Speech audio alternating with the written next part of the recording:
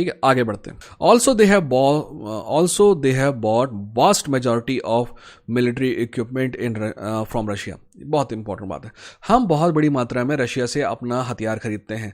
बिल्कुल खरीदते हैं, पता है क्यों? पहली बात, रशिया वैल्यूएबल अलाय है। वो जब हमको हथियार बेचता है तो ये नहीं बोलता कि हम हथियार बेचेंगे तुमको, पर तुमको ये करना पड़ेगा। रशिया ने कभी ऐसी टर्म रखी है आपके सामने? नहीं ना।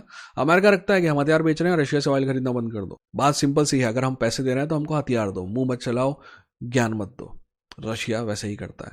पर रशिया एक और बात करता है जो अमेरिका कभी नहीं करेगा। अमेरिका में एक कॉन्सेप्ट है इंटेलेक्चुअल प्रॉपर्टी, हथियारों के में। वो कभी भी अपनी टेक्नोलॉजी आपको नहीं देंगे। पता है आपको, हमारी बेइज्जती करते हुए अमेरिका ने 1970 में जो विमान 1970 से बन रहा है ना F-16, बोला कि अगर आपको टेक्नोलॉजी चाहिए ना तो हम F-16 की दे देते हैं। यानी कि हम चूतिए हैं, 2025 में हम 1970 की टेक्नोलॉजी अपने यहाँ लेंगे, बाकी हम किसी विमान की टेक्नोलॉजी नहीं देंगे। और अभी इंडिया में मस्त लॉबी चल रही है कि हम F-35 खरीदें।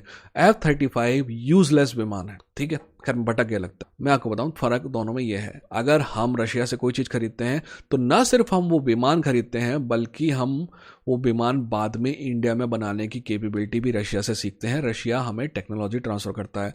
बहुत से एग्जांपल इसके, ब्राह्मोस मिसाइल आपको पता ही है।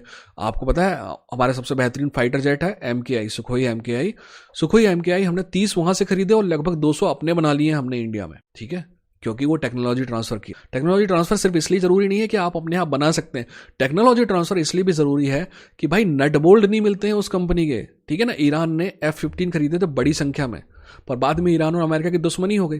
तो ईरान को अपने विमान उड़ाने के लिए अगर कोई हल्का सा नट भी खत्म हो जाता ना तो फिर स्मगल करके लाना पड़ता था अमेरिका से, या फिर कोई एक विमान खड़ा करते थे और उसको कैनेबलाइज करते थे, यानी कि एक विमान खरीदो और उसके सारे इंस्ट्रूमेंट निकाल लो और दूसरे विमान में अगर टूट रहा है तो यूज़ करो।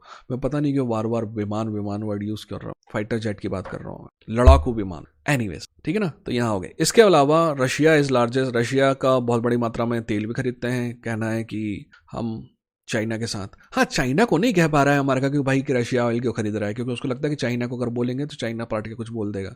हमको बोलने की हिम्मत कैसे हो पा रहा है? पता है हमें आज रशियन ऑयल क्यों खरीदना पड़ रहा है? रशियन ऑयल खरीदना पड़ रहा है क्योंकि हमारी जो रिफाइनरीज है ना वो उस तरीके से इक्विप्ड है कि वो लाइट स्वीट क्रूड को अच्छे तरीके से प्रोसेस कर सकती हैं। पहले हम ईरान से बड़ी संख्या में लेते थे, बट किसी के दबाव में हमने ईरान से ऑयल लेना बंद कर। Anyways, okay, along with the time when everybody wants Russia to stop killing in Ukraine. मैं यूक्रेन में कभी एपिसोड बनाऊंगा दोस्त। आपको जो विलेन लगता है वो हीरो है, जो हीरो लगता है वो विलेन। और ये चूतियापा की किलिंग ऑफ यूक्रेनियन जो मार रहे हैं, अमेरिका खुद बोलता है कि 1 मिलियन लोग मारे गए हैं रशिया में, फिर भी पुतिन नहीं मान रहा है ना। और वो खुद ही बोलता है कि 2-3 लाख लोग मारे गए हैं यूक्रेन में, यानी कि 2-3 लाख लोगों की मौत की कीमत ज़्यादा है और 10 लाख की नहीं है, क्योंकि वो रशियन है। खैर ऐसा नहीं है, मैं आपको बताऊंगा कि एक्चुअली मारे गए लोग यूक्रेन में ही ज़्यादा है, यूक्रेन की ही सेना ज़्यादा है, बट वो that's a story for another day. अब इन्होंने बोला कि भाई 25% और भैया पेनल्टी भी लगा देंगे। दोस्त, ये शुरुआत में ज़रूर हो सकता है, बट ये टिकेगा नहीं।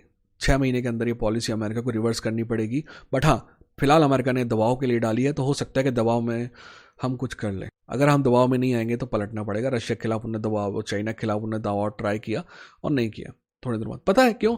सिंपल है, ये टैरिफ हमारे गुड्स पे लगाया गया है। अब समझिए, मान लीजिए कि अमेरिका को इंडिया साबुन एक्सपोर्ट करता है, ठीक है, साबुन, वो साबुन जो है वो $10 का है, $10 का मान लीजिए, वैसे $10 का नहीं होगा बट फिर भी मान लीजिए $10। अब उस पर 25% टैरिफ लगा दिए, यानी कि वो कितने का हो गया? $12.50 का। अब इस टैरिफ का एम क्या है? इस टैरिफ का एम बहुत सिंपल सा है। इस टैरिफ का एम ये नहीं है कि इंडिया का आप साबुन खरीद दें $12.5 में। इस टैरिफ का एम ये है कि इंडिया और विदेशी साबुन महंगा हो गया तो अमेरिका की जनता मजबूर हो जाएगी देसी साबुन खरीदने में। और अगर ऐसा है तो बहुत अच्छी बात। पता है आपको क्यों ऐसा नहीं है? यार, अमेरिका में साबुन बनता ही नहीं। मैं साबुन एक एज अ एग्जाम्पल ले रहा हूँ। इंडिया जो चीज़ एक्सपोर्ट करता है ना, वो अमेरिका वाले कर ही नहीं सकते। सर्विसेज एक्सपोर्ट, ऐसा नहीं है कि कैपेबिलिटी नहीं है उनमें, कैपेबिलिटी कितनी भी रह लें, इतनी बड़ी मात्रा में टैलेंट पूल आपके पास नहीं मिलेगा जहाँ जितना इंडिया का है, और इतना सस्ते में तो बिल्कुल नहीं मिलेगा। बहुत एग्जाम्पल बताता हूँ। यहाँ इंडिया में मान लीजिए कि आप अमेरिका में $12 टेक्निकल जो वर्कर हैं वो $15 के आसपास उनको मिलता है पर आवर का, यानी कि 15 चौके 60, 15 चौके 60। मैं अंग्रेजी कितनी बोल लूँ पर हिसाब हिंदी में ही करना पड़ता है दोस्त, यानी $120 पर डे। 30 दिन की बात कर ले तो $12×36, $12×36 यानी $3600। अब $3600 को हम रुपए में बदल लें तो 8×24, 8×48, लगभग 2,80,000 रुपये। बोला 2,80,000 रुपये या 3 लाख मान लीजिए। 3 लाख को पता है कितना होता है? 3 लाख रुपये महीना। इंडिया में 3 लाख रुपये महीने का मतलब है 36 लाख का पैकेज है। आप यहाँ पे रईसी चलती है 36 और वहाँ पे मिनिमम वेज है, यानी कि आपका मजदूर अगर काम करेगा ना तो यहाँ पे आपको बहुत ज़्यादा देना पड़ेगा। यहाँ मेरे को 15-15 साल लोगों जिनने काम कर लिया, 15 साल 20 साल, उनको वो मेरे को पता है 20 साल तक 20 लाख तक पैकेज जाता है उनका, उसके आगे मुश्किल है। ठीक है ना। तो पहली बात तो हमारे जो प्राइसेस है उनको ही मैच नहीं कर पाएगा उनका लेबर। दूसरा जो है, अगर मैच कर भी लिया तो इतनी संख्या में उनके पास लेबर ही नहीं होंगे जितने हमारे पास। ठीक है। क्यों मैं साबुन का एग्जाम्पल दिया था? साबुन अगर अमेरिका बनाता नहीं है तो वो तो हमारा ही खरीदना पड़ेगा ना।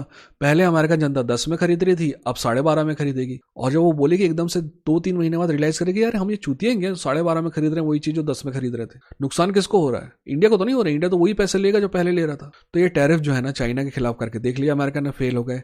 दूसरे नेशंस के खिलाफ भी करके देख लिया अमेरिका ने, लगभग फेल ही हो गए, और यहाँ पे भी फेल हो। ठीक है।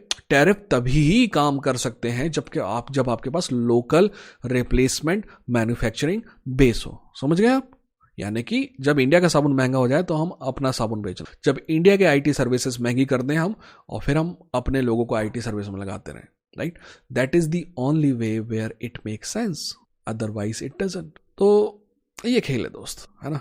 उम्मीद है कि आपका नॉलेज थोड़ा बहुत तो बढ़ा होगा, और बढ़ा है तो शेयर की। अपना ख्याल रखिए, अपनों का ख्याल रखिए। ये था इंडियन फाइट चंकी, लड़ेंगे।